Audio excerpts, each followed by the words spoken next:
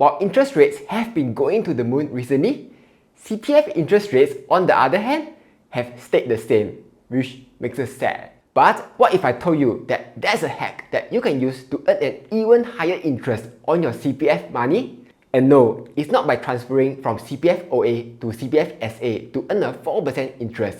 That method is not that good, because by doing that, you will lose the flexibility to do stuff like buy a house or pay for education. Instead, a better way is to take that CPF money and invest in Singapore government bonds to earn an even higher interest rate, which keeps going up these past few months. So in this video, I will share everything you need to know about investing your CPF money into Singapore government bonds. Which bonds should you invest in? How much additional interest you can get? What are the costs involved? And so on. But before I start, I would greatly appreciate it if you can help to tap the like button and subscribe if you haven't done so. In return, I will show you a cute tortoise. Alright, let's start right now. While you can invest your CPF money into Singapore government bonds, unfortunately, Singapore Savings Bond is not eligible for this. Only SGS and Treasury bills are possible. And just in case you're not familiar with SGS and T-bills, in very simple terms, SGS is just a long-term bond with duration of anywhere between 2 years all the way to 50 years, while T-bills is a short-term bond which matures in 6 months or 1 year. If you want to know more, you can check out this video here, which I explain them in detail. Then you'll be like, I got $1,000 in my CPF OA. I want to invest everything to earn higher interest. Sorry, CPF only lets you invest your OA money only if you have more than 20k in there, and for CPF SA, you can only invest if you have more than 40k in there. So how much more interest can you expect to get? In a recent 30-year SGS bond, the cut-off yield is 3.28% per annum, while CPF OA only gives 2.5% per annum. So that's an additional 0.78% worth of interest per year. Then I'm sure some of you will realize that, CPF OA has the magic of compounding, while SGS and T-bills only give a fixed interest. So realistically, here's how much additional interest that you can get. I will just use the current SGS yield of 3.28%. CPF OA gives 2.5% and my initial capital is $10,000. In the first year, investing in SGS gives an interest of $328, while CPF OA gives $250.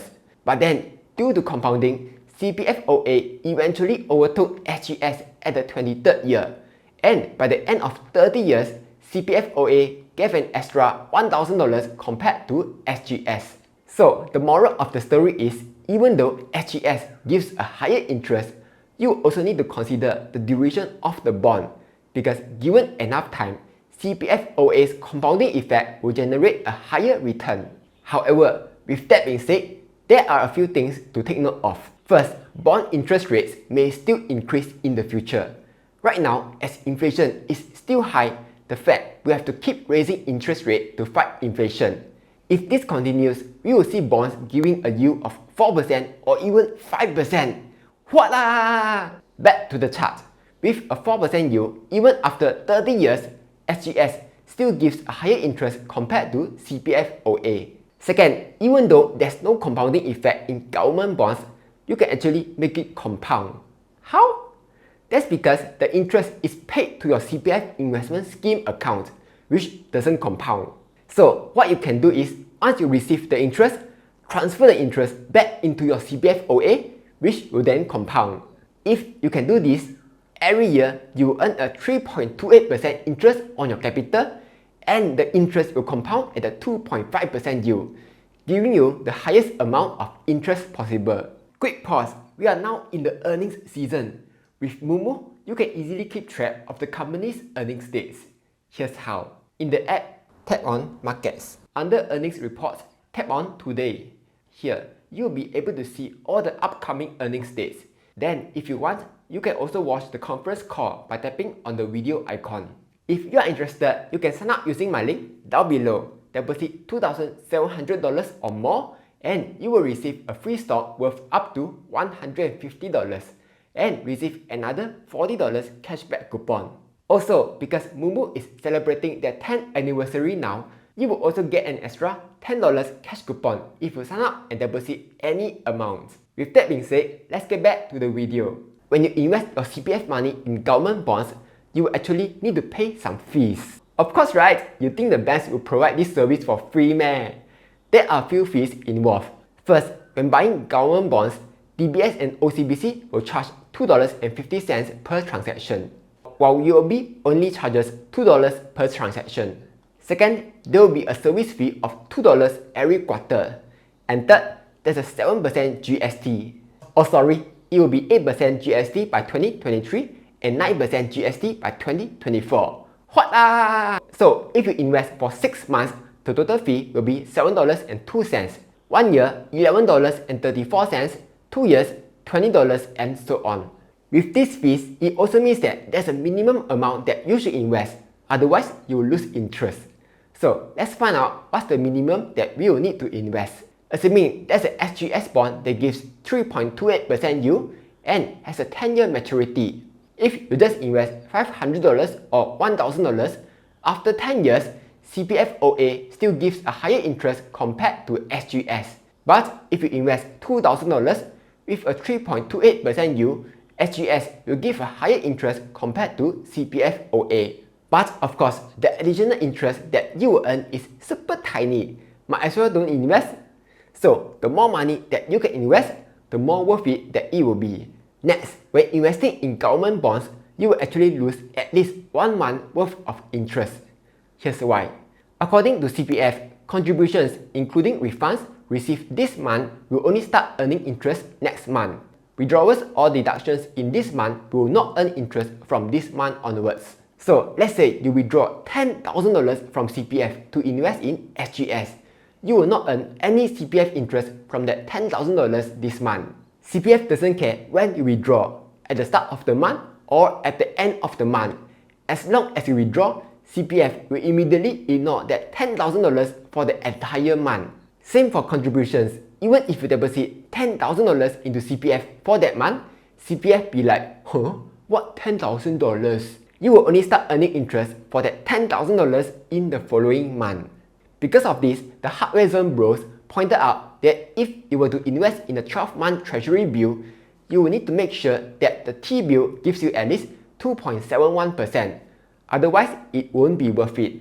Or if you invest in a 6-month treasury bill, the break-even interest is even higher at 2.92%. So those are a few things that you will need to take note of. Now the question is, should you invest? Here are a few things to consider. First, only invest if you don't have any plans to use the money, like paying for your house or your education. That's because if you need the money before the bond matures, you will need to sell the bonds on the open market. And the problem with that is, there's basically no one trading them. As a result, the bid-ask spread is very wide. So if you do decide to sell, chances are you'll get lowballed, like what usually happens in carousel. Second, if you do invest, my suggestion is to split it into a few parts and invest rather than all in your CPF money.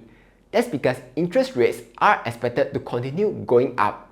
Not guaranteed, I'm just saying it's expected to go up. So let's say if you have $100,000 to invest, what you can do is invest 20k this month, 20k next month, and so on. That way, you'll be able to lock in a higher interest rate over the next few months. Third, which bond should you choose? Even though you can invest in both SGS and T-bills, I would say just ignore T-bills because it matures in just 6 months to 1 year. When it matures, you have to reinvest the money in another new bond, and there will be another round of transaction fee. Also, if you check the 5-year break-even inflation rates, everyone is expecting that inflation will come down within 1 to 5 years. Hence, my suggestion is to invest in SGS, which has a much longer maturity, so that you can lock in a higher yield for a longer period. On the other hand, don't go and YOLO into a 30-year or 50-year bond because anything can change in the future. For example, even though CPF is not planning to raise OA interest rates for now, they can easily change that in the future. Just saying. An optimum period will be somewhere between 5 years to 20 years. Not too long and not too short. So if you are interested, here's how you can apply. First, you will need to open a CPF investment account with either DBS POSB or OCBC or UOB. As for which you should go for, if you want the lowest fees, go for UOB, which has the cheapest fee. Otherwise, any of the 3 banks will be totally fine. Then go check the issuance calendar to look for the next available bond. For SGS, they usually have a new bond every month, and for T-bills, it's every 1 or 2 weeks. Finally, here's the troublesome part. You can't invest your CPF in government bonds online. You will need to go down to the bank to apply. Welcome to the 21st century, yeah. According to Sidley, you will need to go down to the main branch to apply. But according to the MAS website, you can just do it at any bank branch. So yeah, my suggestion is to just call your branch and make sure they can do it before heading down. So that's how to invest your CPF money in government bonds to earn a higher interest. Yes, the additional 0.7% may seem little, but as you have seen just now, if the amount is large enough, and if you transfer the interest back to CPF to let it compound, you will actually end up with even more money, which is nice. Anyway, that's all for this video. Hopefully, it helps you out. Like, share and subscribe as I'll be posting new video every Monday, Wednesday and Friday.